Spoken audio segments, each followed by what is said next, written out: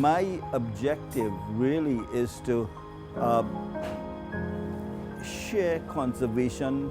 We are a society that is just beginning to turn the environmental book.